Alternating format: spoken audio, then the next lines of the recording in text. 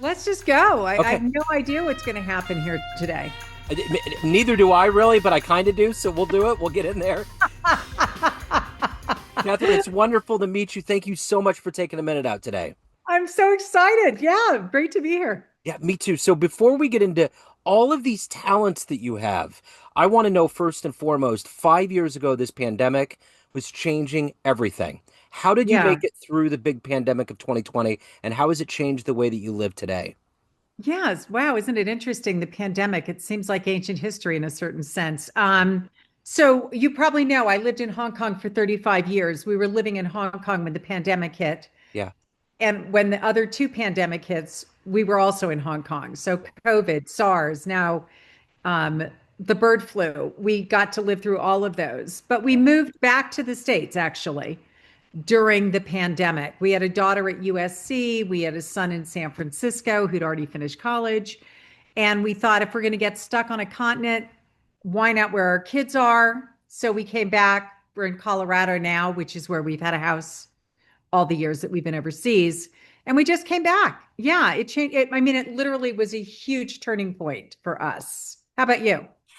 You know, I have a son that's on the spectrum, and he loves school and baseball. And when it happened, it was March.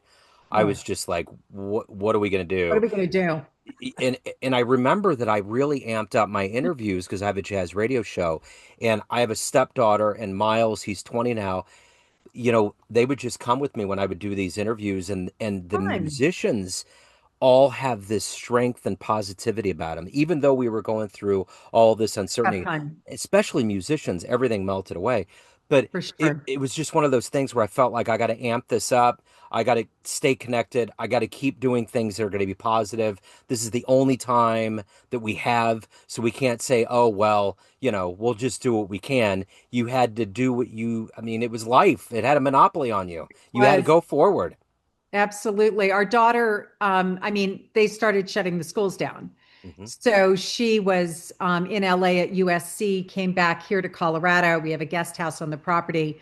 Her boyfriend was at med school at Boston University. They shut down also. So he was here too.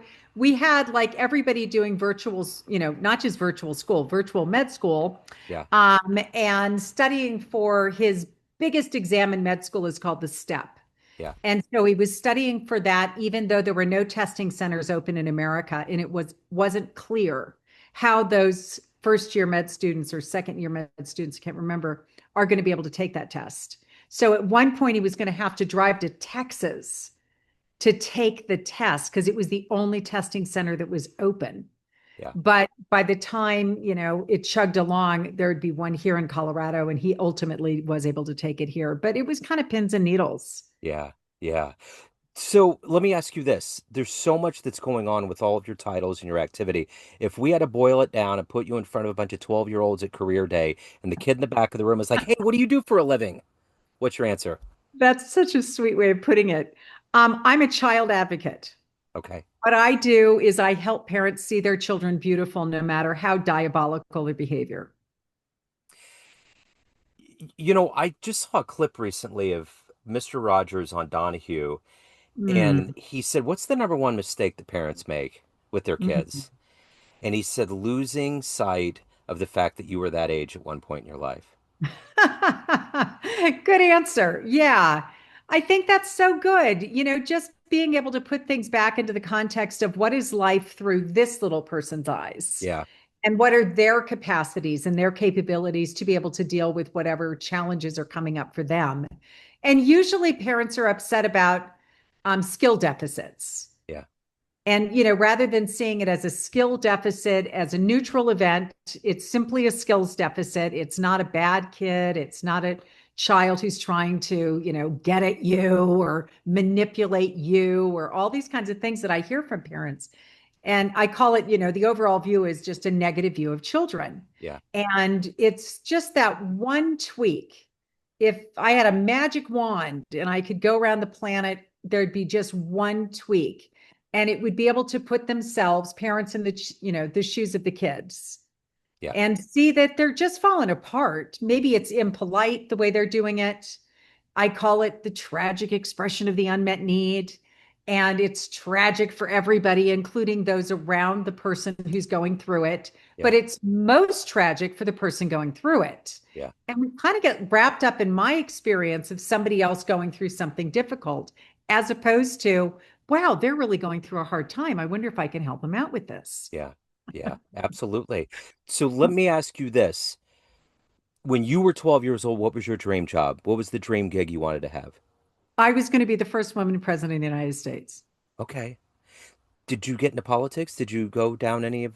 I did a little bit. Yeah. Okay. I mean, I went to DC. I did the intern on the Hill one summer between grades, I don't know, maybe it was my sophomore year, my junior year, my freshman year in college.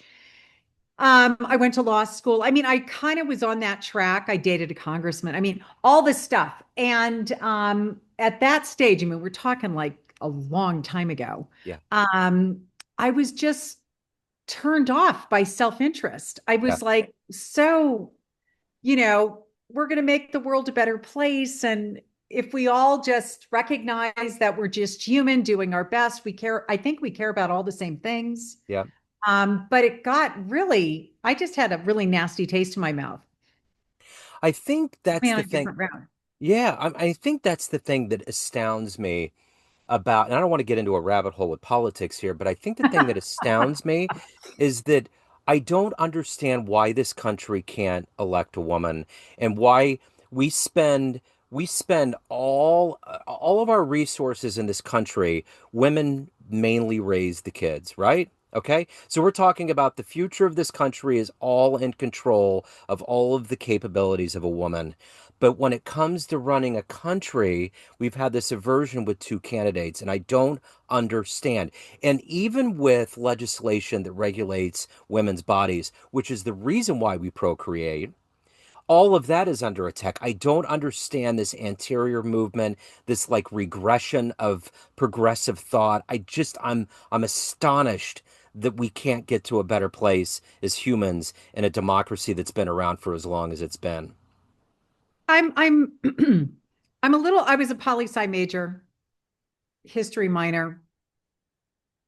God knows how we got where we are, Joe. All I know is that I have friends on both sides of the aisle. Yeah. I spent time as a Republican and then I'm a Democrat now. I think about becoming an independent almost every day. And somebody who I really admire said, now that you're at this point in your life, maybe you'd consider going back and thinking about politics again. And I am actually. And just from the perspective of, I don't know, I think we've lost common sense. It's turned into a reality show is what it is. It It's really all has. surreal. It's all Yeah. upside down. It's absurd. Bedside manner's gone. There's all of these things. You think about, you're in the position of helping shape and influence children. Nothing that's happening on the TV, on the news at night is anything emblematic of what we want children to emulate. And I think most of America would agree with that. Yeah. That's the thing is that it's just the party politics. I've been teaching communication skills for about 20 years. And there's, a big difference between assertiveness, aggressiveness, passiveness, getting a message across, having impact. And communication is really a two-way street. Hmm. It's me being able to communicate effectively so you can understand what I said from the perspective that I wanted you to, because God knows that's a huge breakdown. But it's also me being able to understand you. We're back to the tragic expression of the unmet needs. So, with that example, parents usually are responding to the surface, Yeah. right? What we call the presenting problem. They're just looking at what's being presented to them and they're not happy about it. And then there are a lot of judgments of it being rude or inappropriate or disrespectful and all these words that it's a discipline and a practice to choose not to use your mind to go into the judgment, Right. to say to yourself, yeah, I've got all these negative things I'm thinking about you, and I could slime you with my judgment. Or I could take a minute to go, yeah, I'm really having an experience. It's not easy to be around these door slammings, kicking the dog, yelling words, obscenities, whatever it is. And to be able to not listen to the words people say, focus on the underlying unmet need, tune into what's behind the behavior as opposed to how it's manifesting. Honestly, these are not that hard to learn, right? Right, right. I mean, seriously, but yet putting them in practice, Yeah, it is not easy. no, it's Put not. it in practice. There's so much entrenched, habituated responses to the way we see things. And that's what we're dealing with. I mean, all of us are literally dealing with our own minds, Yeah. working it out with ourselves, having the conversation internally. Yeah. Yeah, yeah. Well, I mean, the number one, the silver lining of anybody that's in that any therapist that tells you the first thing that needs to be conquered, whether it's marriage counseling or individual therapy, is we are so hard on ourselves. And if It's we so get out true. of our way and give ourselves a little bit of grace, it kind of opens up this huge Pandora's box to miraculous healing to a certain degree. And And it also gives us access to doing the same for others. exactly, the empathy. So Yeah. let's find out how we got to where we're at right now. Take me back to where you were born and raised. What were these foundational seeds, whether it was family, Yeah. friends, and mentors, that were harvested into you? I was born in New Orleans, Louisiana. Okay. I Yeah. know. So when I saw jazz, I was like, Oh, wow, are you kidding? we're going back to New Orleans. The Okay. cradle.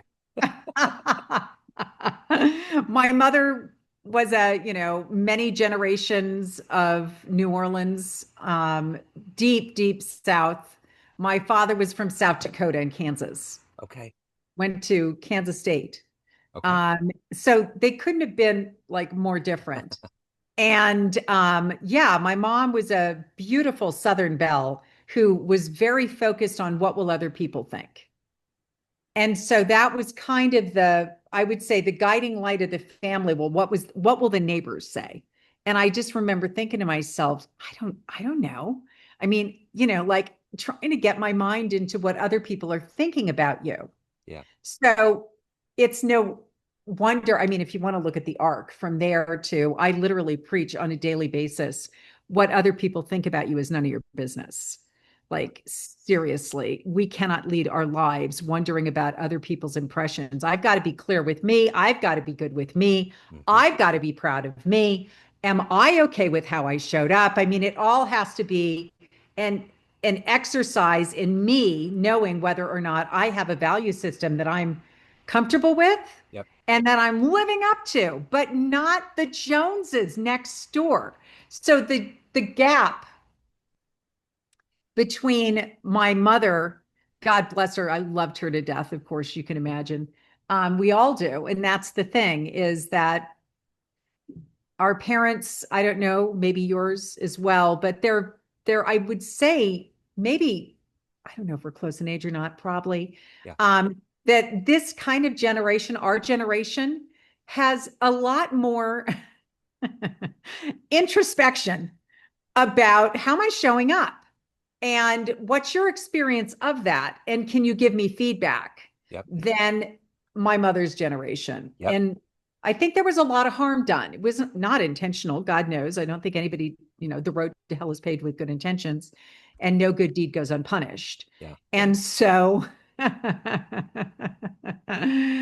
there was a lot of dysfunctional parenting and a lot of love and a lot of breakdowns. And the conscious parenting revolution, really, when I started to become the mom and I started to have my own children, and I needed to decide, like, who am I going to be in their lives and what are my foundational principles? And I'm not a believer in that approach, but I don't even know how to go about disciplining. It Yeah. was a search for us, my husband and I, to find a way to be present to these little human beings in a way that would give them the absolute best foundation in life. Yeah. Well, I'm in the Gen X category, and, a lot of that generation was about waking up and getting rid of the old antiquated notions of, Hmm. just how you're supposed to live your life, be in bondage to a company for your whole life, and then Mm, finally, when your body's broken down, you get to retire and mhm. do what you want to do. There was more of this notion of really grabbing today Yeah. and getting into it, traveling when you're young, doing things, experiencing the world. You'll figure out the money. You'll figure out. I mean, they're just. I mean, and even with parenting, like I know growing up, no one came to games. No one was there Mhm. for anything. I was home Mhm. alone after school. That like no one was around, and I think Yeah. there's maybe parenting today we're a little bit overly because of that, but I think being in our kids' lives is a priority like never before. Mm.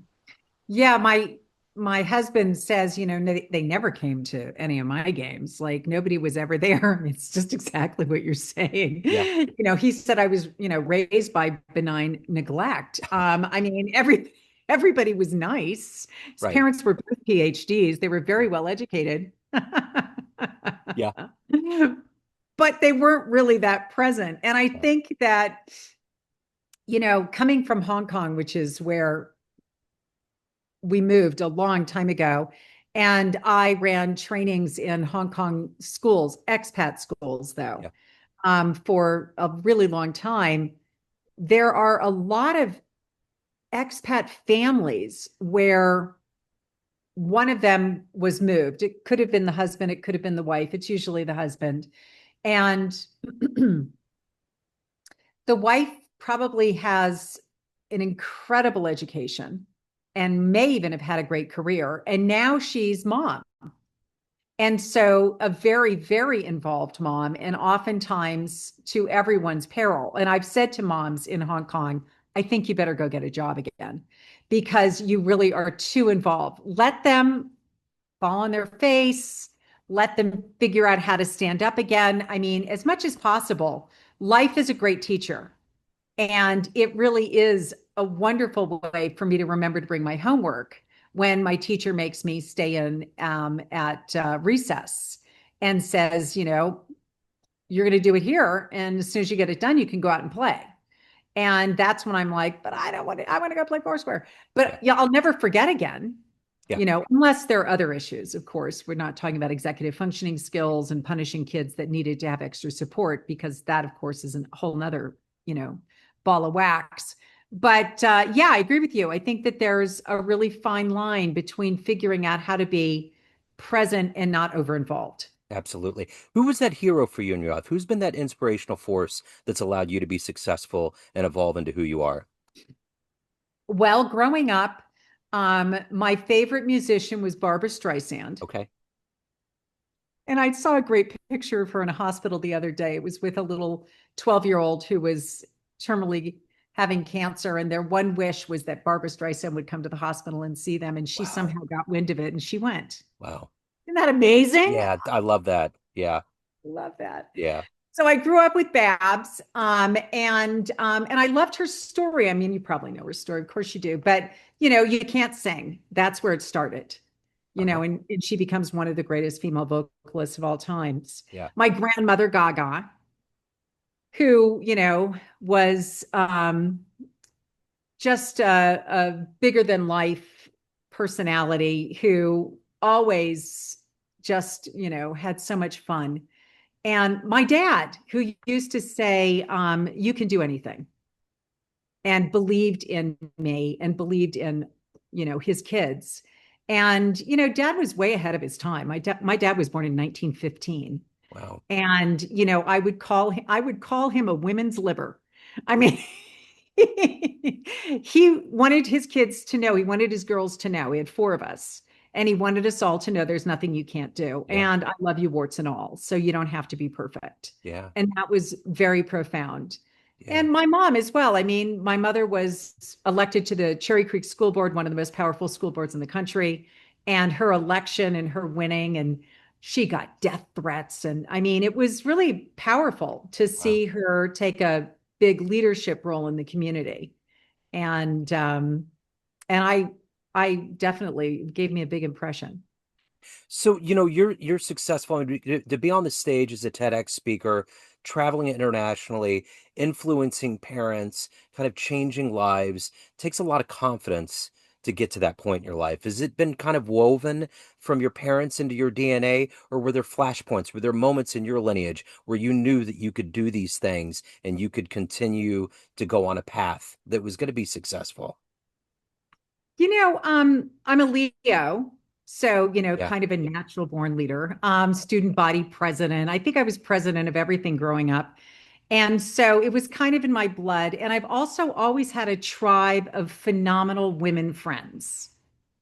And, to this day, right? All the high school girlfriends get together every, few years, college girlfriends. I mean, I've just been really blessed to have a tribe of great friends. yeah, And I would say, it's the classic sort of just knowing that somebody's always got your back, yeah, that there are people out there who love you no matter what. And yeah, there are failures along the way. There are opportunities to, as I think, the great adage is that we learn more from our failures than we do our successes. yeah, And, yeah. We isn't do. that the truth? Oh man. And if we would have known that early on, we would be like, what? Oh man, Why are we going to do this? Who threw me into this mess? Like it's so what? true. But I'm remembering my dad had he was an entrepreneur and he had so many different businesses and many of them failed and many of them succeeded. And it was kind of rags and riches, although he had started out with a little trust fund. Yeah, And his grandfather was one of the original Ford dealers in America. And on his mom's side, they were the original I don't know if you've heard of US Gypsum, but yeah, Gypsum Ford and all of that. They were uh-huh, one of the original families.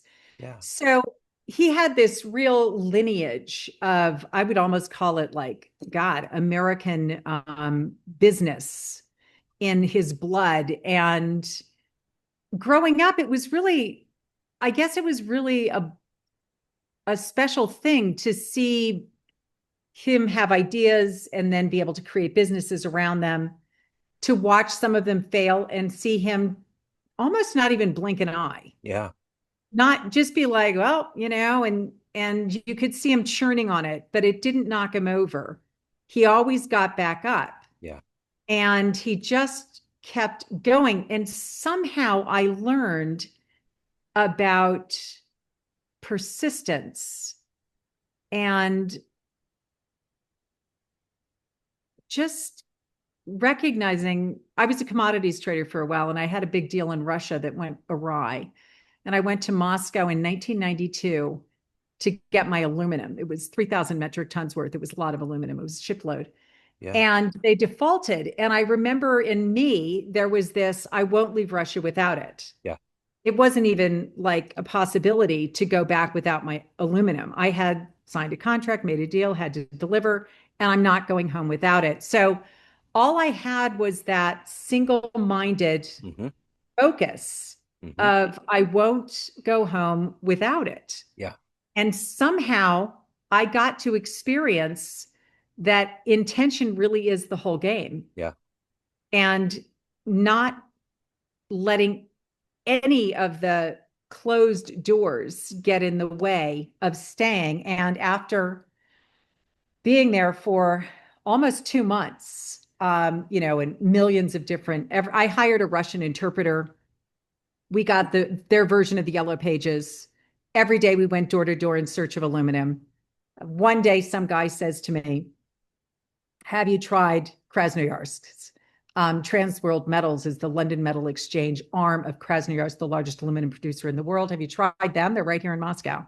Next day, we go into their offices. They had 3,000 tons of aluminum arriving in Shanghai, which is where I needed it the next week, wow, exactly when I needed it. It was like a needle in a haystack. wow, It was miraculous. yeah, But all I needed to do was stay single-minded, focused, and not leave yeah, absolutely, and keep going door to door yeah, that's with it. my translator. Persistence for sure. So I'm curious, speaking of overseas, what do you miss the most about living in Hong Kong? Yeah, I was home for a long time. Yeah. And you know, when you talk about what did COVID do, COVID changed Hong Kong. It was a convergence of a few things. Xi Jinping came into power, and Xi Jinping is a kickback, if you will. I mean, he's a throwback to Mao Zedong. Okay. And it's extraordinary Yeah. because after Mao died, and I don't know if you know Chinese history very well, the Gang of Four, Uh-huh. and his wife, who was leading the Gang of Four. Yep. Anyway, Deng Xiaoping stepping in, the economic boom. I mean, all of this has been in the last 40 years extraordinary. I mean, the level to which China changed was unbelievable. And then we get Xi Jinping, who is a throwback to like a much more conservative, much more closed, much more um, Maoist approach. At the same time, you get the student uprising, which is trying to create more and more independence, freedom, and electoral vote. Because when the British left in 97, they created a document that was for 50 years. And over the course of 50 years, there was supposed to be more and more control handed over to Hong Kong. And in the meantime, Hong Kong was supposed to be completely independent. Yeah. So that was what was negotiated by the British and the Chinese. It was one country, two systems. Yeah. That was the motto: one country, two systems, and independence. That started being eroded big time. Yeah. So when the Chinese began to perceive through the inept leadership of Carrie Lam in Hong Kong that the student protests had gotten out of control because she poured gasoline on a fire and didn't know how to engage, they stepped in and brought the military. Yeah. At which point, it just, over the course of a COVID zero policy for 3 years, which wouldn't allow anyone into Hong Kong unless you were a citizen or you had permanent residency like we do, no foreigners, no one was allowed in the city for 3 years. Wow. So it destroyed the economy. It destroyed the real estate market. It drove business away. Most of the banks, the big banks, started moving their headquarters to Singapore. Singapore is now going great, great Yeah. guns. And we were faced with owning property in Hong Kong and recognizing that the market there was disappearing before our eyes. And it's a lot. I mean, the Hong Kong property at the time was the most expensive. Tokyo, Hong Kong, Singapore, London, most expensive real estate in the world. So we decided something we would never have done was we've got to try and sell the house. And so the family home that the kids grew up in, that we've owned for 20 something years, um, we put on a market that was non-existent. Wow. No houses had sold in that part of where we lived in 2 years. And my husband's an architect, and we take really good care of our properties. And over the years of COVID, when we were away, we had a helper there.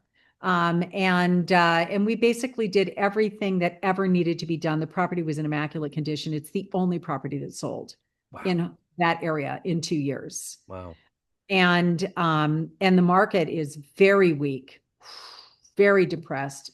I mean, and most of the expat community that we spent decades with together, they left. Yeah. So Wow. there are a few people, a few friends left, Yeah. which is, of course, what makes home home. Yeah. Home is really where you feel like, oh, call anybody, have lunch, grab a coffee, go out to dinner. Yeah. Those people, for the most part, are gone. Wow. I mean, we love Hong Kong, Yeah. Yeah. absolutely love it. And it was always going to be our, what we envisioned was we would spend our lives between Hong Kong and the US. Wow. And now it's much more, we still go back. We'll go back in a couple of months. We still have business and interest there, but it's changed forever. Yeah. It's unimaginable. I had no idea. So, on this very long and interesting journey you've been on, of everything that you've accomplished and evolved to, what are you the proudest of? What am I the proudest of? I think it's, I mean, honestly, I think it's a relationship I get to have with my kids. Yeah. I have such a beautiful relationship with my kids, and it's such an open door. And yeah, I mean, I guess I'll throw John in there too, my husband. I mean, I just have a great family. Yeah. My little family that I had to be able to, nurture and cultivate. I love that. Yeah. Absolutely love it. I'd love, getting to play an important role in other people's lives too. And I'm really Yeah. proud of that. And, when somebody says to me, um, you know, they'll enter into, I have a program, a 90-day parenting family reset program. And somebody will say, my son or daughter won't talk to me and I've been fired and I'm like dying inside because I'm so sad about it. And I'm like, it's okay Yeah. because we can rebuild the relationship. Yeah. And they're like, are you sure? And I'm like, I am sure. Yeah. Yeah, if you approach this in a way that is sincere and you've changed the behaviors that activated or cultivated that distance, then yeah, people want to heal, I Yeah. believe. Oh, yeah, for sure. Yeah. Let's hone in a little bit further here. Everyone has a perception of you. Family, friends, clients, colleagues, everyone that knows you, but you're in control. You run the show. What's your perception of you? Who do you think you are? Ah, It's good questions. Have you ever done this before? Yeah. Who am I? I'm a great friend. yeah. I'm a excellent communicator. I am a force, and I will, if I set my mind on something, it will happen. And I just, I'm committed. I'm a committed human being. So a few years ago, when my daughter started at USC, for example, there was an active shooter on campus within a short period of time after she began. And these are kids who have never grown up in America. They grew Yep. up in Asia, no guns. It's illegal to own a gun. The only people who have guns are the police and an occasional person who slips over the border, possibly. Yeah. But it's just not a thing. It's not a thing in the community that they grew up in. Very safe. Kids are Yep. taking the subway at, like 10.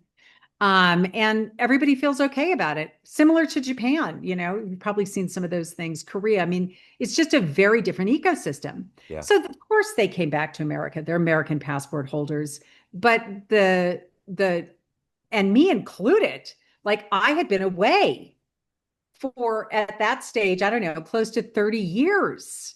And the whole narrative had changed in that Yep. time, Yep.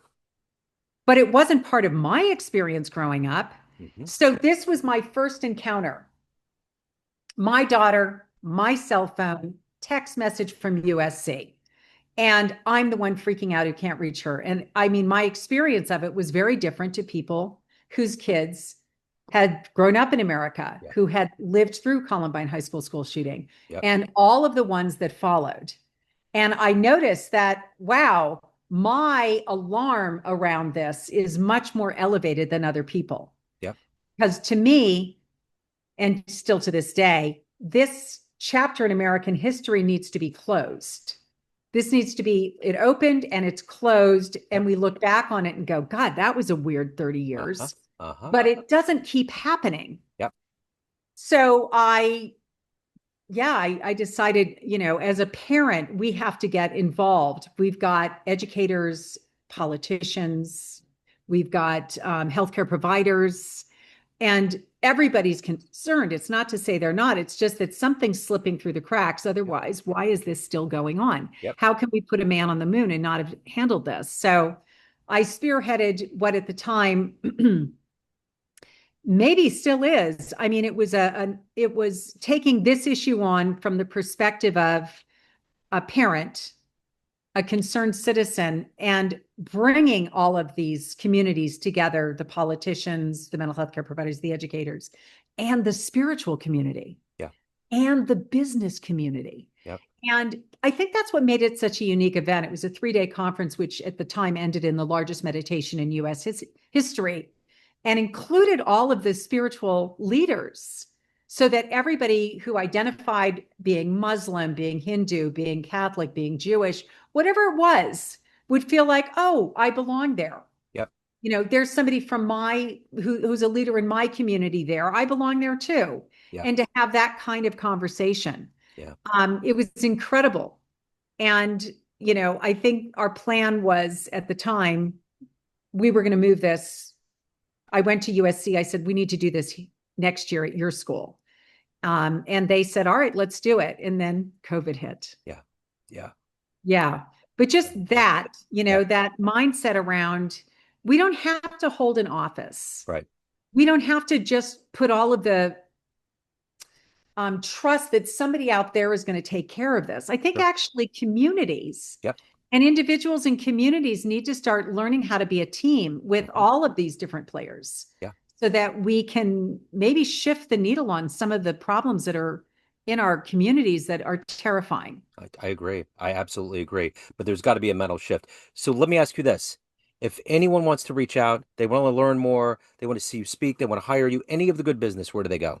Yes, go to freeparentingbook.com and you Okay. can get my Amazon bestseller, 7 Strategies to Keep Your Relationship with Your Kids from Hitting the Boiling Point. Yeah. So if you go to freeparentingbook.com, you can download that. It, I think, will drop you into my ecosystem, but that is it's consciousparentingrevolution.com. Okay. Okay. And if you go there, we actually created a community inside so people can get support, not feel alone, and just feel like there are other people that go through the same things they do. Yeah. That's the main thing. I will put these links in the show notes. What a breath of fresh air. Catherine, thank you so much for your So nice story. to Okay. connect with you, Yeah, Joe. it's wonderful to connect with you.